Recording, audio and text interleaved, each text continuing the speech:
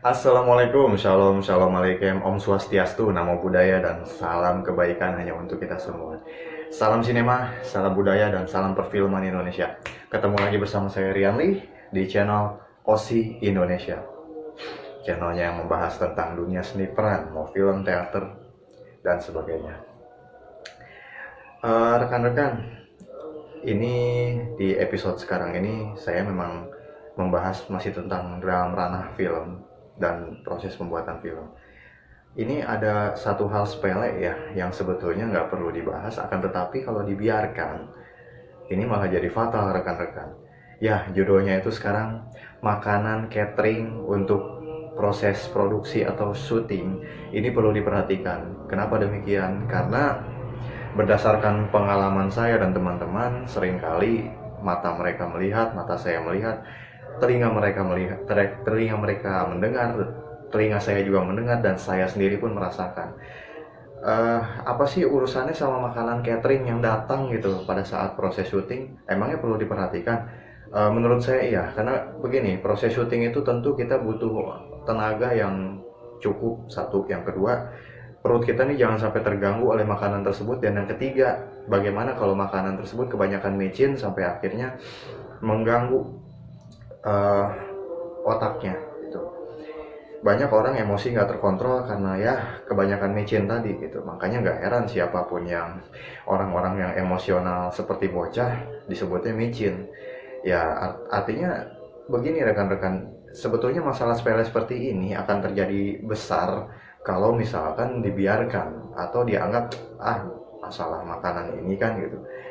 Ya rekan-rekan, betapa banyak saya melihat ya ada beberapa kru atau tim produksi yang dia sakit perut pada saat proses syuting, padahal lokasi tersebut jauh dari WC, jauh dari toilet, sementara proses syuting harus terus berjalan.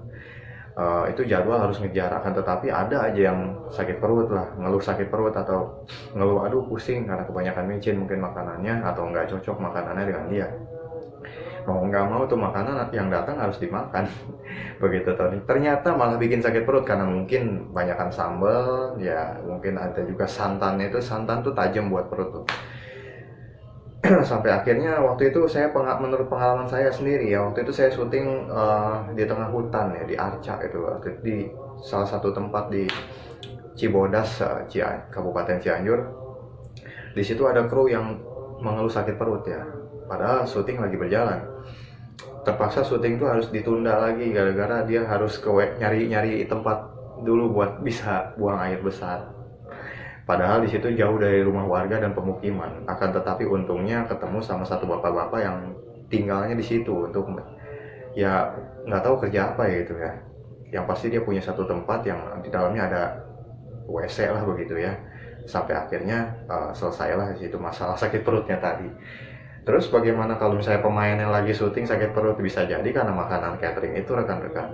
Nah, kan akhirnya jadi mengganggu proses syuting. Nah, ini perlu diperhatikan juga ya untuk makanan apa atau cateringnya apa yang datang ke lokasi syuting itu. Dan kalau misalkan datangnya itu terima aja, memang kita harus terima aja. Mau nggak mau terima aja tuh makanan seperti apa. Kita kan nggak bisa milih, nggak bisa bilang gue pengen makan ini gitu, gue pengen makan itu, nggak bisa. Yang nentuin makanan cateringnya dari cateringnya rekan-rekan gitu.